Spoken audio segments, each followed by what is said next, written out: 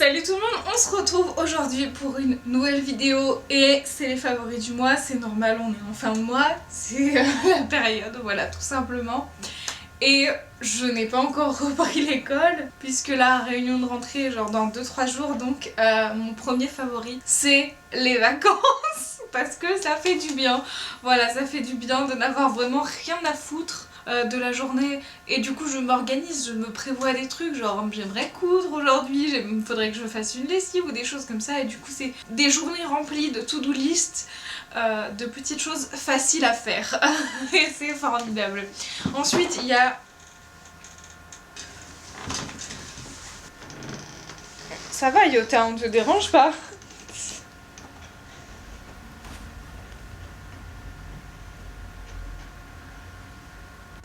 Comme d'habitude, je me fais distraire par le chat, évidemment. Donc, je suis partie en vacances dans le Jura, au Jura, avec mes parents, mon copain et sa maman. Et c'était très chouette, voilà, c'était très chouette. Il y avait un jacuzzi, c'était détente, on a fait des jeux de société, on a visité des grottes, on a fait du coloriage, on a regardé Fort Boyard.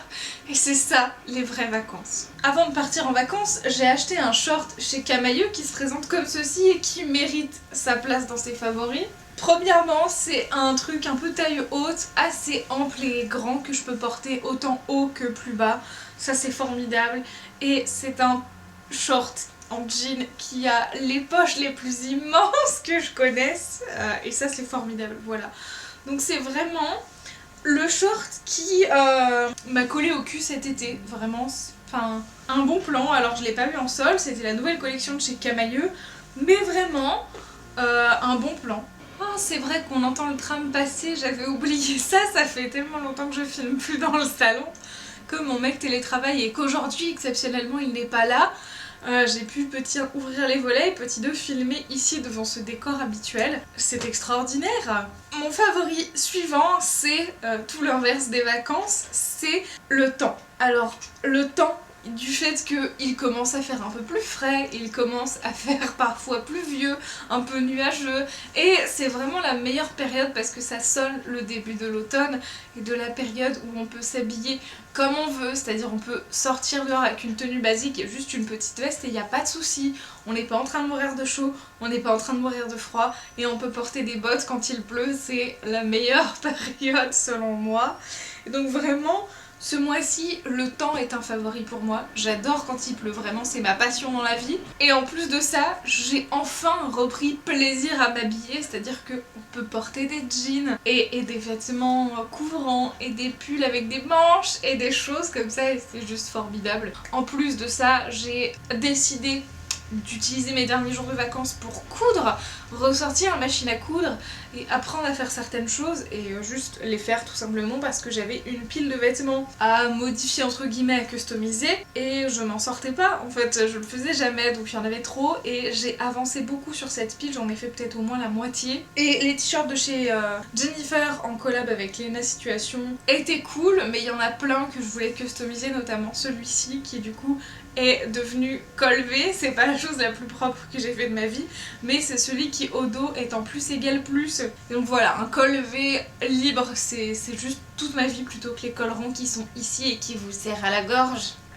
Qui dit plaisir de s'habiller dit fringues, et en termes de nouvelles fringues, je voulais un pantalon un peu genre jogging, un truc ample, pantalon pour rester chill à la maison mais qui soit ample, genre pas un truc legging ou slim qui vous colle à la peau et qui est chiant à enfiler. Et j'ai trouvé cette perle qui est un petit pantalon, alors il est moche, honnêtement on va pas se mentir, il est pas super beau, il est pas non plus pas flatteur mais vraiment ça fait un peu genre pyjama quoi, clairement.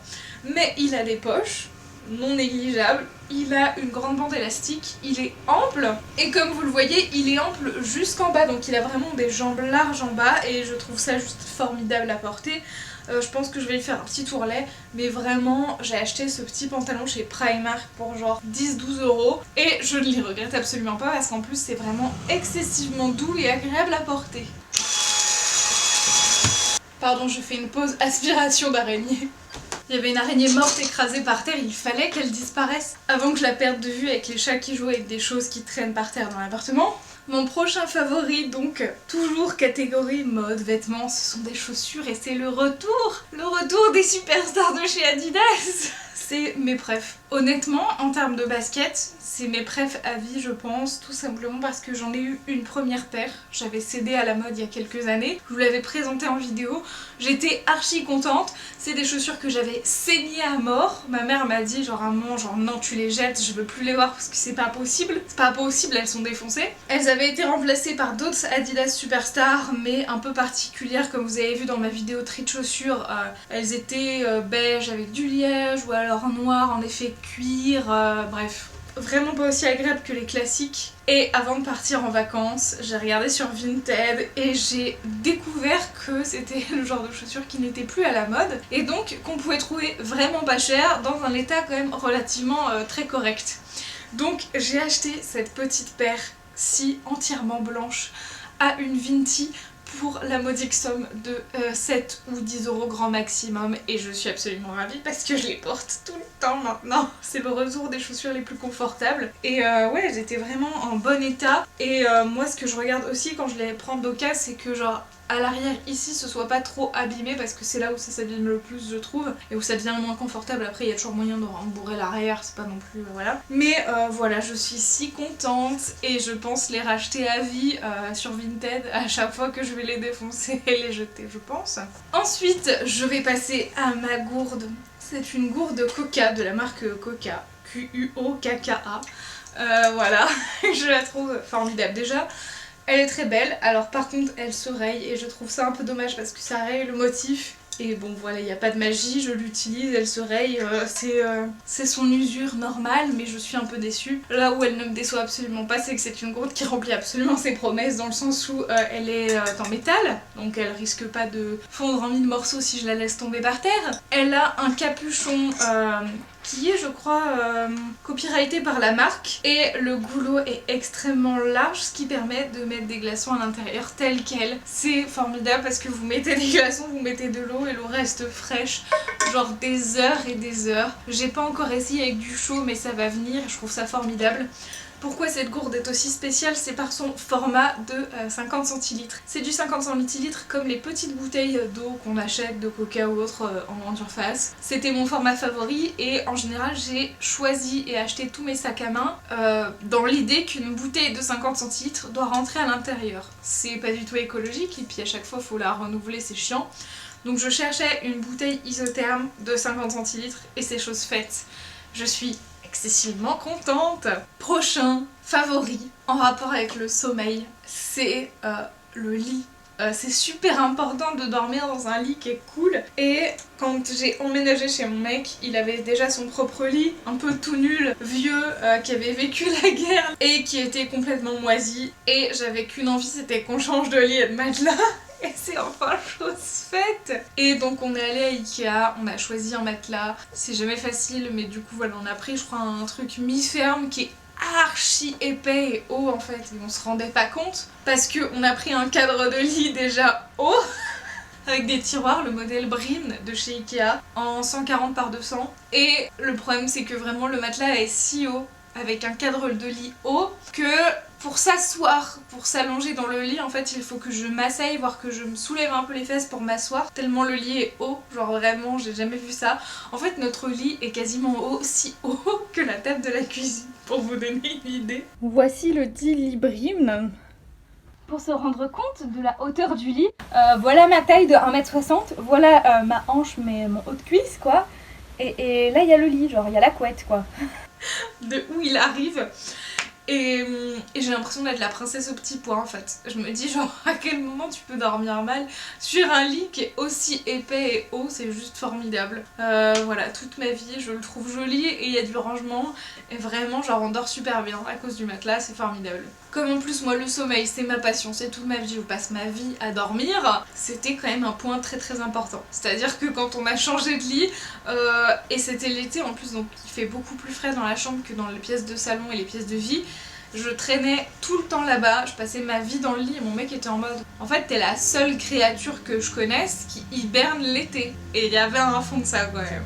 Et pour finir cette vidéo des favoris du mois d'août, je termine sur cette chose qui est une BD de Si qui avant travaillait chez Mademoiselle, qui avait aussi réalisé Le sexe de la vraie vie, il me semble. Et elle sort depuis le 26 août cette BD Radium Girls aux éditions Glénat. Et c'est vraiment une BD que j'ai adorée, que j'ai dévorée en une soirée et que je suis fière de garder dans ma collection à l'avenir parce que c'est une histoire formidable qui est très bien racontée. Ça se passe début 20e siècle et c'est à propos des Radium Girls. Si vous ne connaissez pas, je vous invite à chercher sur Google et acheter cette BD et la lire parce que c'est vraiment super intéressant. C'est des femmes qui étaient employées dans des sociétés de montres et en fait elles avaient pour mission toute la journée de peindre les cadrans et les aiguilles des montres avec du radium pour que ce soit fluorescent parce qu'à l'époque on ne savait pas encore que c'était très toxique, dangereux